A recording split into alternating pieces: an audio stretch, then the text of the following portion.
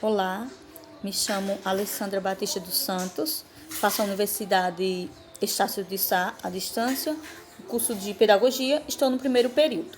O meu relatório hoje é um PCC de História da Educação, onde eu irei falar sobre o decorrer da história, qual é a importância da história na formação do sujeito da sociedade, como o ensino está relacionado com a formação do sujeito na sociedade. Ao decorrer dos anos, a educação foi se modificando, foi se aprimorando e até chegar a hoje, a formação do cidadão. Bom, a história passou por diversos tempos, por algumas eras que favoreceram para que a educação chegasse ao nível que nós temos hoje, né? E sabemos também que a educação ela está em um processo evolutivo, ela está sempre evoluindo, né? Nós não estamos parados, ela está em constante evolução. E precisamos saber do que aconteceu na história para chegarmos até hoje. Bom, o processo educativo pelo qual a história passou no decorrer da história do tempo foi essencial para o seu desenvolvimento e para melhorias que aconteceram, né, que estão acontecendo. Foi de suma importância, não podemos desprezar o que passou, pois foi através disto que nós chegamos até aqui. Bom, a educação, ela teve diversos tempos, diversas formas de ensino. Vou falar um pouquinho vou resumir aqui um pouco a educação na antiguidade, né? Bom, foi um legado deixado por Grécia, Espartas e Atenas. Foi uma herança cultural que a tornou possível a civilização que se ergueu através destas, né? No caso de Atenas, de Esparta e de Grécia. Essas três citadas, foi o princípio, né? Foi o início de tudo da organização educativa, foi através dela que pôde se perceber, né? A importância da educação. É uma organização educativa e social que deu origem a outras sociedades no século. Bom, o modelo de educação espartano ficou conhecido por ser de caráter militar.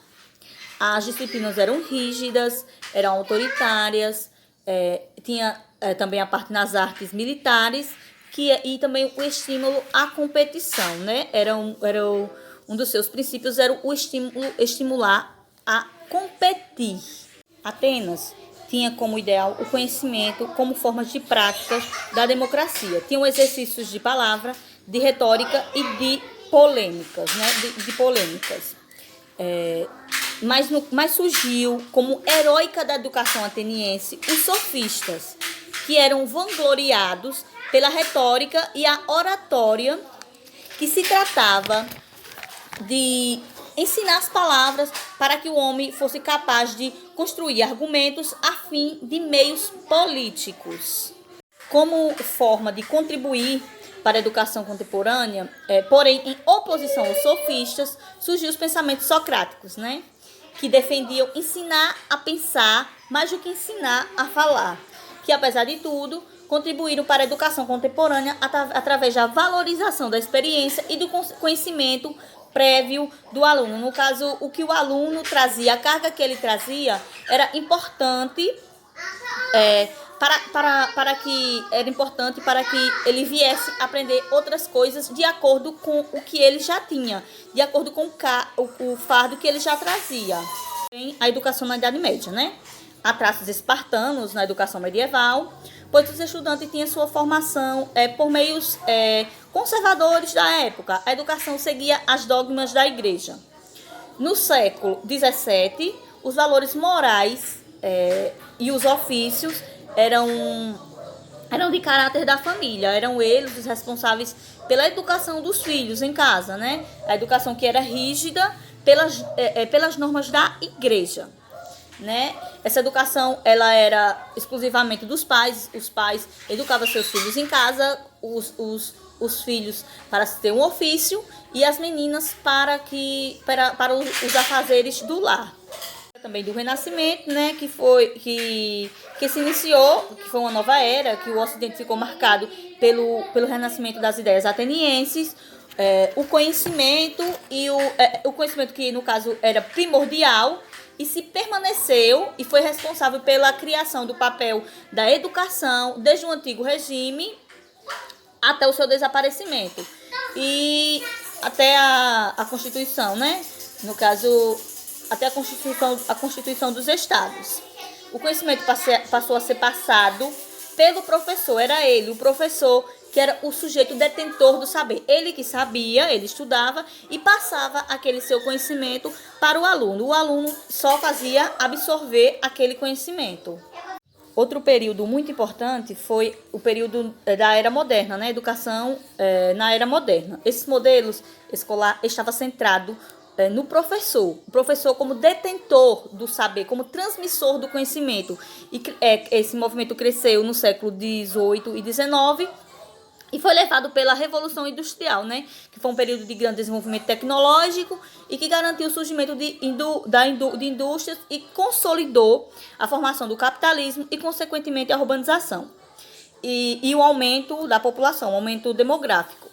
Bom, contudo, houve a influência pelo acesso à escola enquanto direito à educação e passou a ser atribuída a formar cidadão, que tinham direitos e deveres e que exerciam esses direitos e deveres, né, perante a sociedade.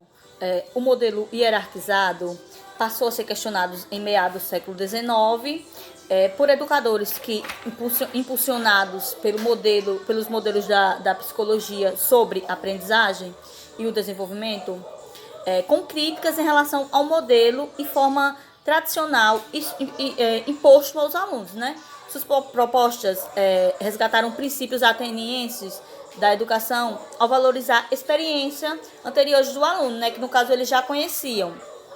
O aluno, ele já tem, quando ele vem para a escola, ele já tem uma carga de sua vida. E a partir desse momento, eles começaram a valorizar isso, a trazer isso, essas ideias para a sala. No caso, o aluno poderia compartilhar isso e através do que o aluno já sabia, que daria continuidade através daquilo, do que ele já conhecia. A partir dali é que iria prosseguir, né?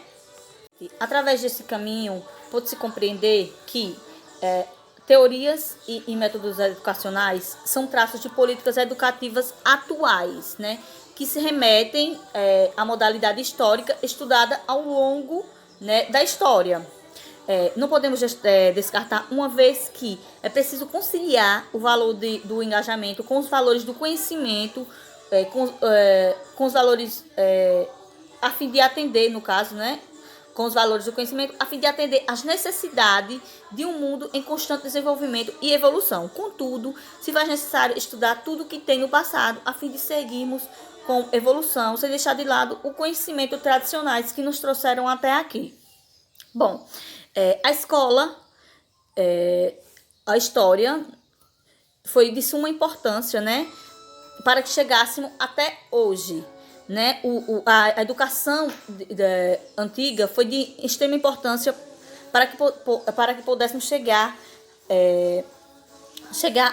ao que nós chegamos, né? Que é a educação atual, né? Isso de ter a criança como centro, dela poder se expressar, poder, através do conhecimento que ela traz de casa, que possa dar continuidade a esse conhecimento e não pular etapas, e não deixar de aproveitar o que o aluno já tem.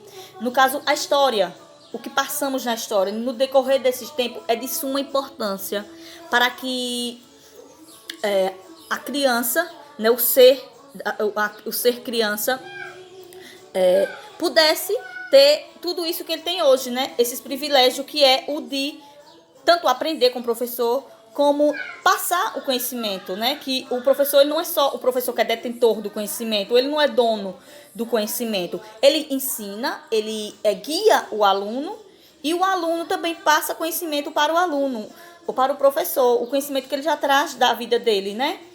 E o professor, ele não é mais o centro, o aluno é o centro.